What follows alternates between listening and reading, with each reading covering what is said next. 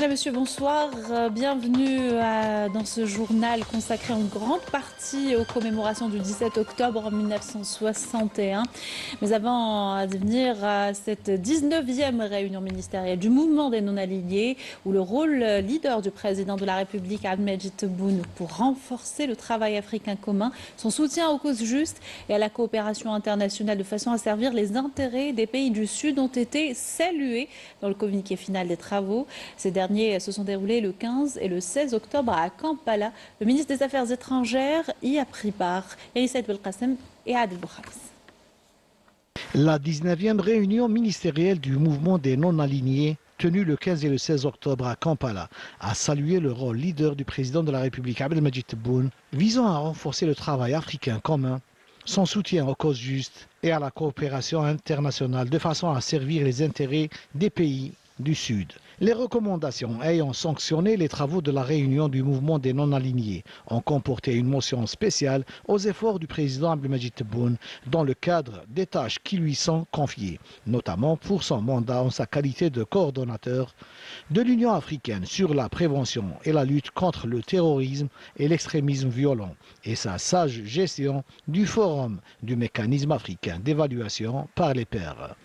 Le mouvement a salué également la proposition du président de la République relative à l'instauration de la journée africaine en hommage aux martyrs et aux victimes de la colonisation en Afrique et sa volonté à organiser une conférence internationale sur les crimes de la colonisation en coordination avec la Commission de l'Union africaine. Dans le même contexte, le mouvement des non-alignés a salué également le soutien du président de la République au peuple palestinien, que ce soit pour son parrainage personnel des efforts de réunification des rangs des frères palestiniens ou les valeureux efforts déployés par l'Algérie sous son égide au niveau du Conseil de sécurité. Le mouvement des non-alignés a jeté la lumière sur les efforts de l'Algérie visant à booster le travail international multilatéral et dans le but de servir les intérêts des pays du Sud, à l'image de sa présidence réussie du parcours de négociation autour de l'accord des Nations Unies pour la lutte contre les crimes électroniques et sa présidence des travaux de la commission spéciale chargée de mettre en place une convention internationale globale de lutte contre l'usage frauduleux des technologies de l'information et de la communication à des fins criminelles. Enfin, le mouvement a salué la contribution directe de l'Algérie dans l'adoption par le Conseil des droits de l'homme d'une importante décision sur les effets des mines antipersonnelles. La journée de l'émigration ce 17 octobre commémorant le 64e anniversaire des massacres de 1961. Une conférence historique intitulée « Les enfants de la communauté algérienne à l'étranger, la sacralité de l'appartenance et la continuité de la loyauté » a été organisée hier. Le ministre des Moudjahidines, Abdelmalek Tachlift, a affirmé que le président de la République accordait une grande importance au volet de la mémoire. De son côté, le secrétaire d'État auprès du ministre des Affaires étrangères chargé de la communauté nationale à l'étranger est revenu sur cette date symbolique très importante pour les Algériens établis à l'étranger. Sofiane Chaïb a rappelé les efforts déployés par l'État visant à associer les enfants de la communauté nationale à l'étranger aux différentes politiques adoptées. Il a également annoncé l'émission d'un timbre commémorant la date symbolique du 17 octobre. Je vous invite à l'écouter.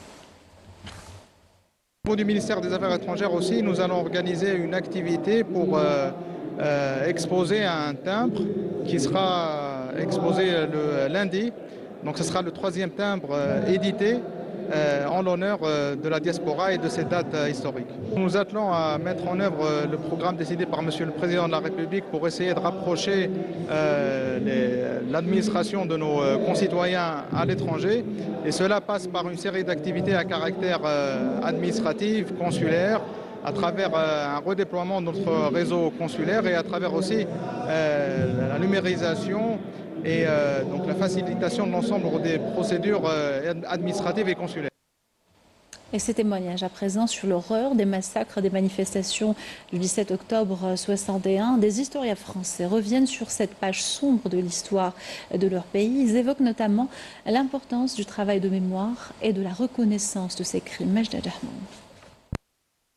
Le 17 octobre 1961, des milliers d'Algériens ont défilé pacifiquement dans les rues de Paris, bravant le couvre-feu discriminatoire imposé par la police française. Ce soir-là, la répression fut d'une violence sans égale.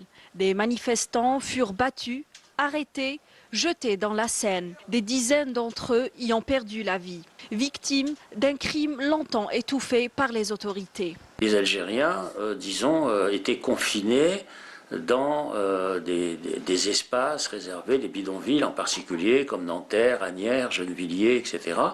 Et donc ils avaient décidé de ne pas obéir au couvre-feu qui avait été imposé par Maurice Papon, qui était préfet de police de Paris à l'époque, et donc de manifester pacifiquement pour protester contre cette interdiction, qui leur était faite d'exister. C'était la première grande manifestation publique en fait. Et malheureusement, les Algériens se sont fait traquer. J'ai beaucoup d'amis dans ma circonscription à Sarcelles qui sont des enfants qui ont marché du 7 octobre et qui ont eu la vie sauve, mais malheureusement qui ont vu leur père, leurs amis, leurs cousins se faire jeter au travers du pont de la Seine. C'est vraiment terrible, un épisode très douloureux. Les méthodes répressives par les autorités coloniales pour étouffer les manifestations demeurent une tâche indélébile dans l'histoire du colonialisme français. Elles témoignent d'un crime qui ne s'effacera jamais, venu s'ajouter à la longue liste d'exactions coloniales qui attendent encore le courage de l'aveu. Il me semble qu'il faut que les jeunes générations, qu'elles soient en France ou en Algérie, sachent les crimes qui ont été commis, connaissent les crimes qui ont été commis par la répression colonialiste. La France, mon pays, là où je suis élu, puisse avancer dans le bon sens, mais avec clarté, transparence, et sans que l'histoire bloque ou que l'histoire soit un empêchement d'ouvrir les choses vers la réalité. Parce qu'il y a beaucoup de gens qui sont négationnistes, qui ne veulent pas ouvrir les livres d'histoire par la bonne page, volontairement pour changer, biaiser, mentir ou ne pas assumer. Il faut assumer et quand il faut s'excuser. S'excuser n'est pas une faiblesse, c'est une preuve de grandeur. Mais la vérité historique, portée par la voix des historiens et les consciences libres, résiste à l'oubli. Elle veille à préserver la mémoire de toute falsification et de toute amnésie imposée. Les fenêtres ouvertes sur le 17 octobre 61. Afaf Belhouchet, notre correspondante à Paris, donne la parole à des voix fortes de la mémoire commune entre l'Algérie et la France pour que nul n'oublie, mais aussi pour la transmission aux générations futures. On écoute Naïma Yahi, socio-historienne, Rahim Erziket, ancien militant du FLN de la Fédération de France, qui a vécu les événements de 1961. Sur le moment, on ne s'est pas rendu compte du massacre, sur le moment. Ce qu'on sait, c'est justement, on sait que parmi les 80 personnes qui habitaient au Talin insalubre, parce qu'on était quand même 7-8 par chambre, il y avait plus de 8 personnes qui ne sont pas revenues. Et on a fait les hôpitaux, on a fait le truc, on ne les a pas trouvés. Et donc du coup, on est resté dans cet esprit qu'ils ont disparu. Rappeler que les Algériens de France ont aussi vécu la guerre d'Algérie, et parfois durement. Le 17 octobre 61, comme la guerre d'Algérie, est une occultation dans les familles. Les parents qui disparaissent aujourd'hui, qui ont l'âge de disparaître malheureusement, ont très peu transmis leur guerre d'Algérie. Et ce n'est pas à l'école en France qu'on transmet ce genre d'histoire, même s'il y a eu des efforts conséquents et des mobilisations citoyennes en la faveur de la mémoire de la guerre d'Algérie. Je dirais que c'est par la culture, par le documentaire, mais aussi peut-être par une volonté politique que pourront peut-être être transmis et enseigner cette date importante à la fois pour les Algériens de France, mais aussi pour la société française en général. Et une première en France, à Garges-les-Gonesse, la municipalité consacre une semaine entière à la culture algérienne. Un geste fort, à contre-courant d'un climat parfois délétère, entretenu par certains politiques. À travers des expositions, des concerts et des rencontres, la ville choisit la mémoire et la transmission plutôt que la division. Un hommage aussi à l'histoire partagée entre la France et l'Algérie et à ceux qui ont contribué à bâtir ce pays. Correspondance de Afaf Belhouchet. À peine sortie de la gare, les panneaux sautent aux yeux. Partout dans la ville de Garges-les-Gonesse, elle s'affiche aux entrées des quartiers, sur les murs, dans les allées. La ville vit une semaine durant au rythme de l'Algérie. La culture algérienne y est célébrée à travers plusieurs expositions, dont celle-ci consacrée à l'artisanat et aux arts traditionnels du pays. On est toujours fiers de représenter notre pays et de montrer son savoir-faire et de faire connaître nos jolies traditions. Nous voulons promouvoir encore une fois l'ouverture de la culture algérienne au niveau de cet événement exceptionnel. Les gens à venir, enfin les générations à venir, l'exemple, même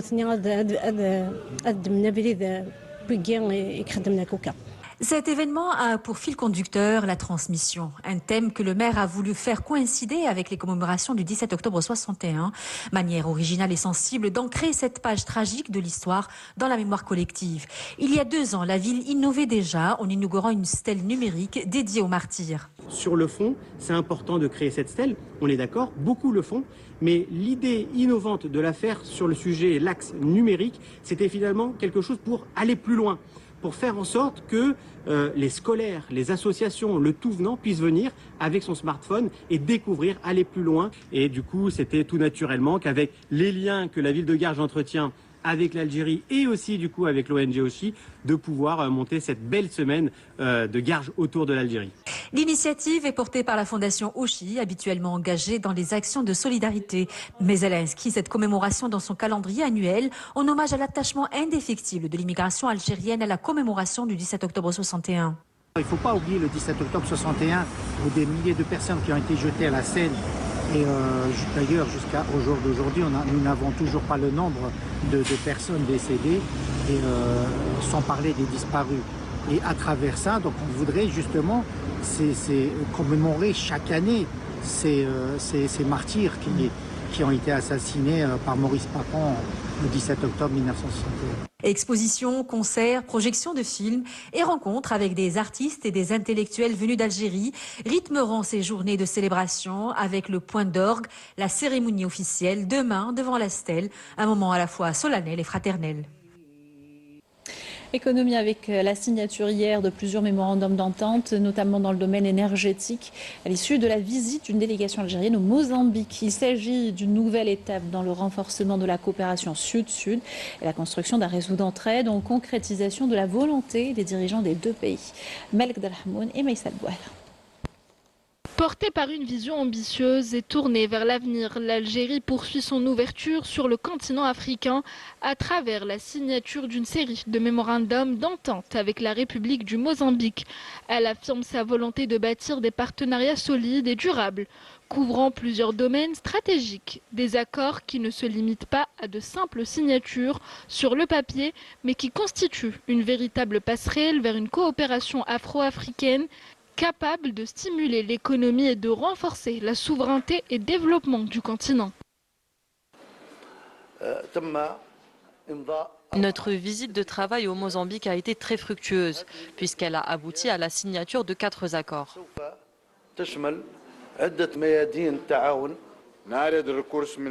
Ce mémorandum signé nous permettra de concrétiser la volonté des dirigeants des 2 pays qui œuvrent à renforcer davantage le partenariat. L'Algérie s'apprête à conclure un mémorandum d'entente avec la compagnie pétrolière mozambicaine, portant sur l'ensemble de la chaîne des hydrocarbures et ouvrant la voie à de nouvelles perspectives de partenariat. Cette opération revêt une importance particulière car elle ouvrira la voie à Sonatrach pour exporter son savoir-faire, ses compétences et son expertise vers ce pays. De l'énergie à l'électricité, de l'industrie au secteur pharmaceutique, les visions de l'Algérie et du Mozambique convergent pour faire de la coopération un choix stratégique plutôt qu'une simple conjoncture passagère. Nous avons présenté l'expertise du groupe Saïdal dans l'industrie pharmaceutique en matière de production, de distribution, de recherche et de développement, ainsi que dans le domaine de la formation. Nous sommes heureux de rencontrer nos partenaires algériens. Le groupe Saïdal possède une grande expérience dans le domaine de l'industrie pharmaceutique et le contact avec lui représente une opportunité très importante pour nous. L'année prochaine, une foire algérienne se tiendra au Mozambique pour faire découvrir les produits et le savoir-faire algérien et favorisera la signature de nouveaux accords dans divers domaines.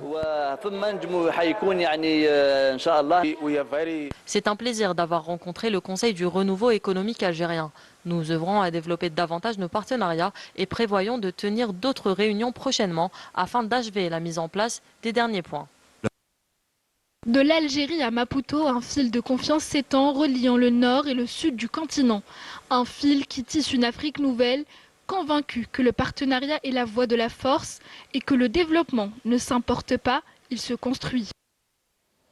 Dans le dossier sahraoui, le mouvement des non-alignés réitère son soutien lors de sa réunion ministérielle tenue le 15 et 16 octobre à Kampala, réaffirme son soutien et sa position constante et traditionnelle au peuple sahraoui et à sa juste cause, comme cela ressort clairement dans le rapport, plutôt dans le communiqué final adopté par la réunion. Le mouvement a souligné dans sa déclaration la poursuite de son appui aux efforts du secrétaire général des Nations Unies, de son envoyé personnel pour le Sahara occidental, visant à parvenir à une solution juste, durable et mutuellement acceptable, garantissant au peuple sahraoui l'exercice de son droit inaliénable à l'autodétermination, conformément aux principes et objectifs de la Charte des Nations Unies et à la résolution de l'Assemblée générale relative à la déclaration sur l'octroi de l'indépendance aux pays et aux peuples coloniaux.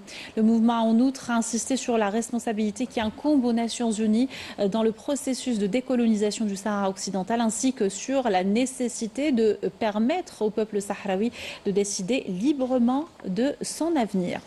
Et toujours dans le même sillage, le représentant du Front Polisario près de l'ONU, coordinateur avec la MINURSO, Sidi Mohamed Omar, a salué ce vendredi la dernière résolution adoptée par la 4e commission de l'Assemblée générale de l'ONU chargée des questions politiques spéciales et la décolonisation.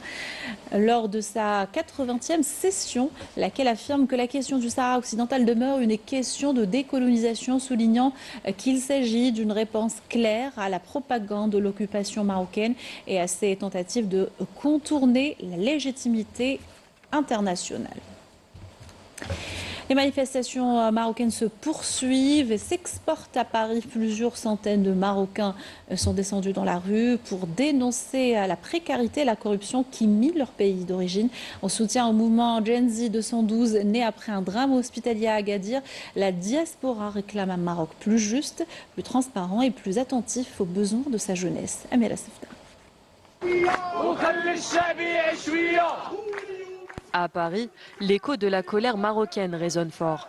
Devant le Trocadéro, des centaines de manifestants se sont rassemblés pour dénoncer la précarité, la corruption et l'absence de justice sociale au Maroc.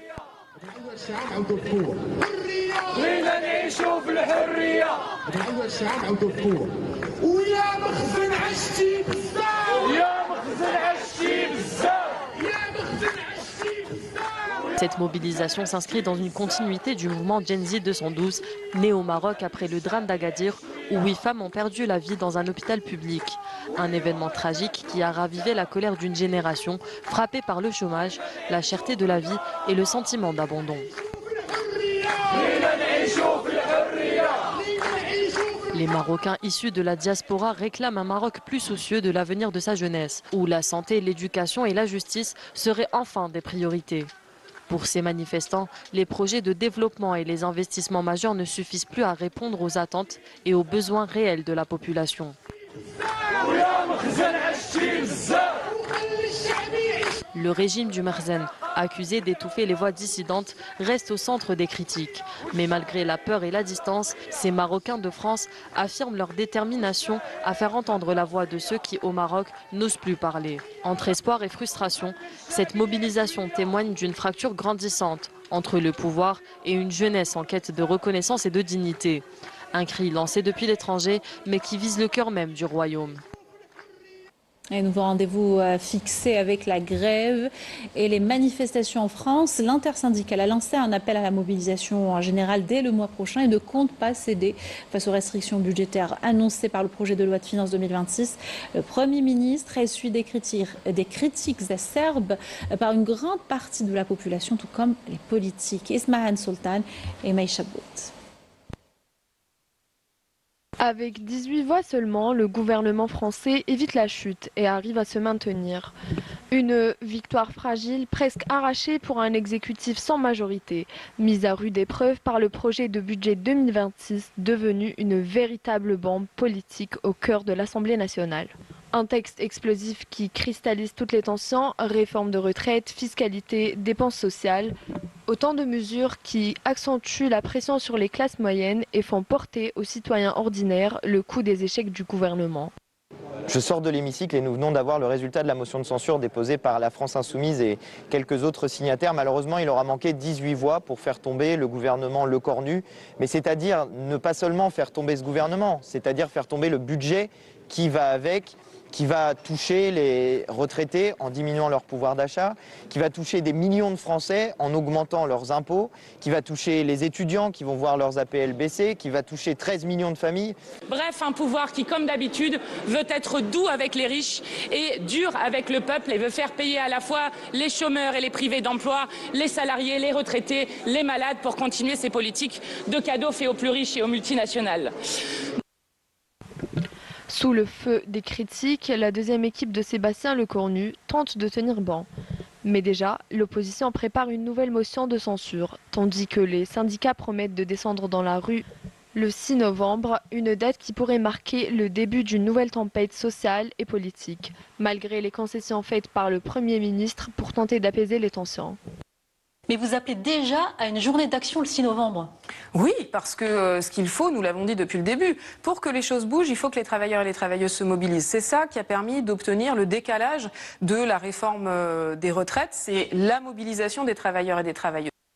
Sauvé in extremis, Lecornu sait que cette victoire n'est en réalité qu'un sursis.